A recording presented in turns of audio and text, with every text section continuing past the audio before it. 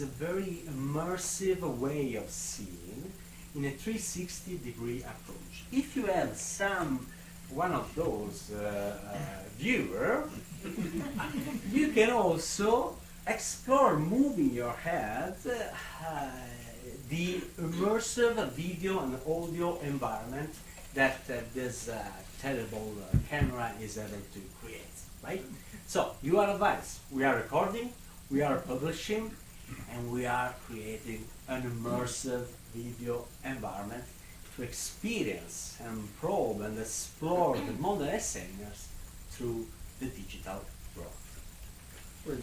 We do hope you find that acceptable, and not making any of you uneasy, and that it does not interfere with your capacity to express yourself fully. We do describe this McLuhan place as a safe house for ideas, meaning you can be politically incorrect if you wish. We want to be able to loosen the bolts a little bit on the normal way of discussing issues if that's possible. So we want you to relax. Thanks to Maya, who was a student of mine here last term, we'll probably, starting next week, have a dog here as well. She explained to us that it's one thing having a room, having a conversation. What about a room having a conversation with a dog? Will that make a difference? And we think that we're thinking it's going to make a difference. It just sort of lowers the tension and the stress associated with being in a group of strangers or even a group of friends. Well, now to introduce our city. Before I do, I want to make special announcement of Sarah Sharma, who is the incoming and brand spanking new director of the McLuhan program in culture technology. So there's just explain it. There is this thing called the Coach House Institute, which is the incorporated company.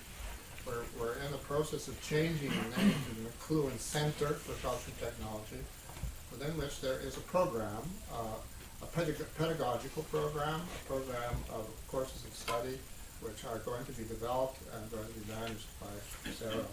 I'm just going to say, if you don't mind, we're going to be accurate. She's hailing from North Carolina. I'll just read a liner note. Sarah Sharma is Associate Professor at the University of Toronto. She's a faculty member at the Institute of Communication, Culture, and Information Technology in Mississauga, with a graduate appointment in the Faculty of Information at St. George. Her research and teaching focuses on issues related to the theme of space and technology with an emphasis on social difference. She's the author of In the Meantime, Temporality and Cultural Politics, Duke University Press in 2014, which won the National Communication Association Critical Cultural 2014 Book of the Year Award. So, welcome.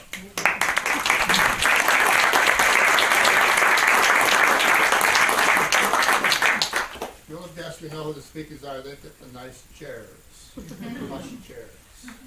So we can just flick on to a quick examination of who we have with us. First, Rohinton Medora, who I've known for years when he was the Vice President of Programming at the International Development Research Center in Ottawa. His job title now is President of the Center for International Governance Innovation, CIGI, in Waterloo. Very important and growing important think tank and consultative group on international issues. There's his Twitter. Famous last words. Distinguishing marks first. Research and development in the global village. IDRC, as you know, is the preeminent crown jewel of ODA agencies in Canada whose approach is research and development. Non-intrusive. Famous last words. In a nutshell, I'm quoting him from an interview I saw him in a nutshell, we are here to influence policymakers to innovate. This, I assume, is he's going to talk about this when he speaks relating to his role as the president of CIGI. Our next guest, Bonnie Rubenstein.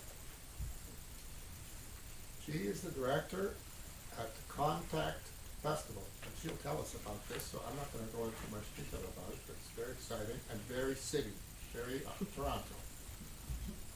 Twitter account. Distinguishing marks, Masters of Fine Art degree from the School of the Art Institute in Chicago.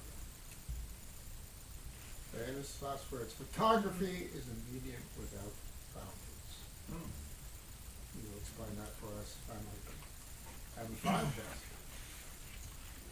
Nora Young, I don't expect she needs much introduction. To me, it's really interesting to actually see the person who's twice a year listening to all this. Host of Sparks at CBC Radio. Do we have the wrong network there? It Yes, says CBS. yes. Oh, Paul's from another Indeed. continent, that's all. It makes us better. There is a story. Okay.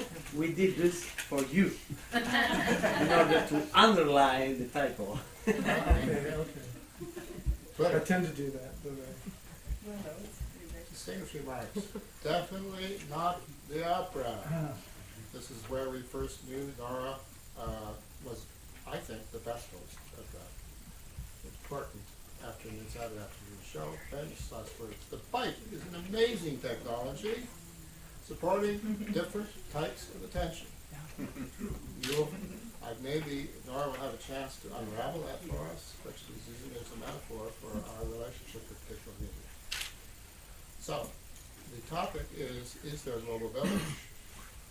I don't think of anyone who I'd rather hear about on that subject than Rohinton. So, for opening remarks, I should just explain some opening remarks, 5 and 10 minutes, however much you need. Then I will stimulate some conversation if I need to among the three of you. And then, unless we're interrupted by people asking questions, which is always nice, I will throw it open for a general discussion and spend the rest of the time in discussion. Rohinton, over to you. David, thank you. Thank you for having me, and thank you all, David and colleagues, for reviving what should be a Canadian institution and is. We live in a McLuhan age without even realizing it, and being Canadians without advertising it, which perhaps is okay.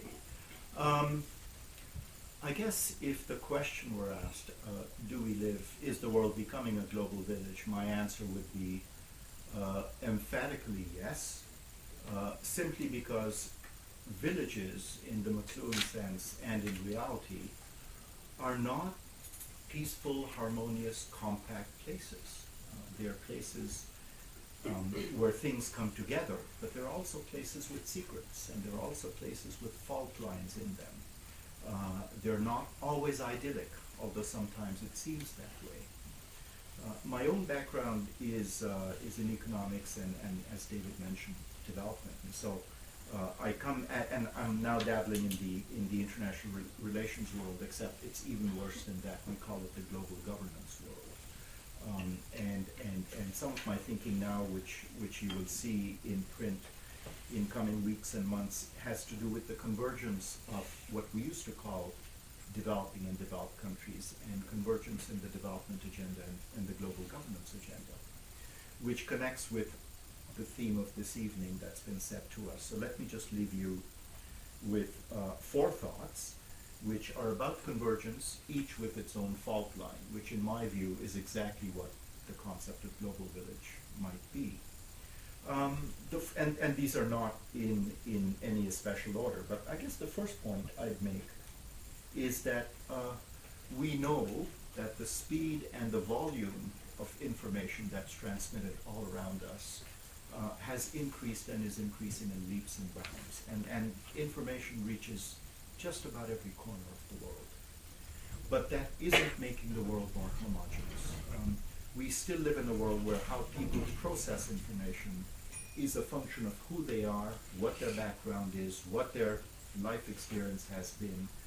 And so I'm not terribly worried that somehow the internet is going to homogenize the way we access information, process it, and how we think.